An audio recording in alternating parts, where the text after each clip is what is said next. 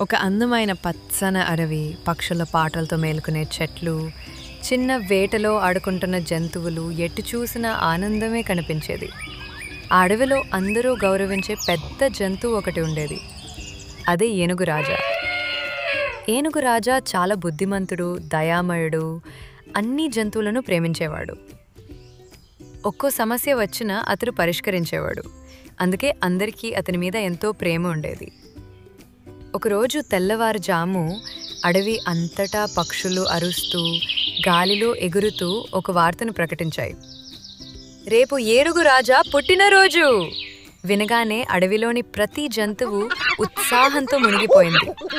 ఇది ఏనుగు గారికి ప్రత్యేకంగా ఉండాలి అని అందరూ భావించారు. తయారీలు మొదలయ్యాయి.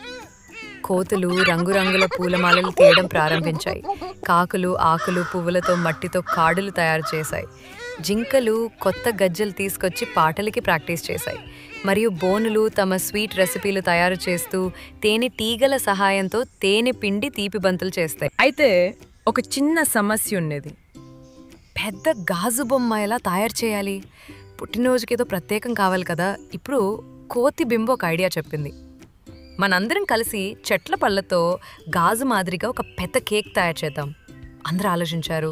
వావ్, ఇది బాగుంటుంది అని అంగీకరించారు. ఏనుగు రాజా పెద్ద చెట్టు దగ్గర నిద్రలేచి బయటకు వచ్చింది. చూసి ఆశ్చర్యపోయాడు.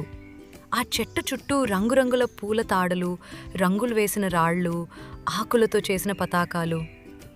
ముందున్న తెరను తీస్తే అతని ముఖం ముదుసలుగా అయిపోయింది. ముందే ఉండేలా అతని రూపంలో చెట్ల పళ్ళతో చేసిన పెద్ద బొమ్మ కేక్.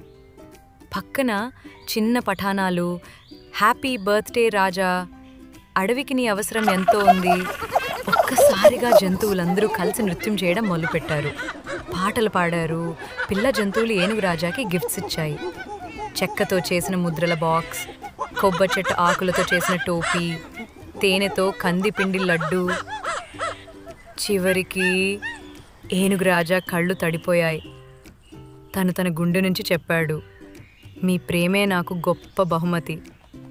ఈ అడవి నా కుటుంబం.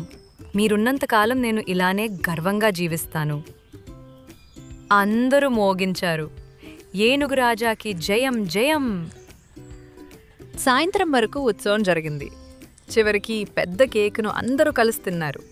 కోతి బెంబు చివరి ముక్క తింటూ చెప్పింది, ఇంతకు ముందు ఇలా బంధంగా మేమెప్పుడూ జరుపుకోలేదు. మోరల్, నీతి బోధ. ఒక్కరోజు ప్రేమను, స్నేహాన్ని జరుపుకోవడం మన బంధాలను మరింత బలంగా చేస్తుంది.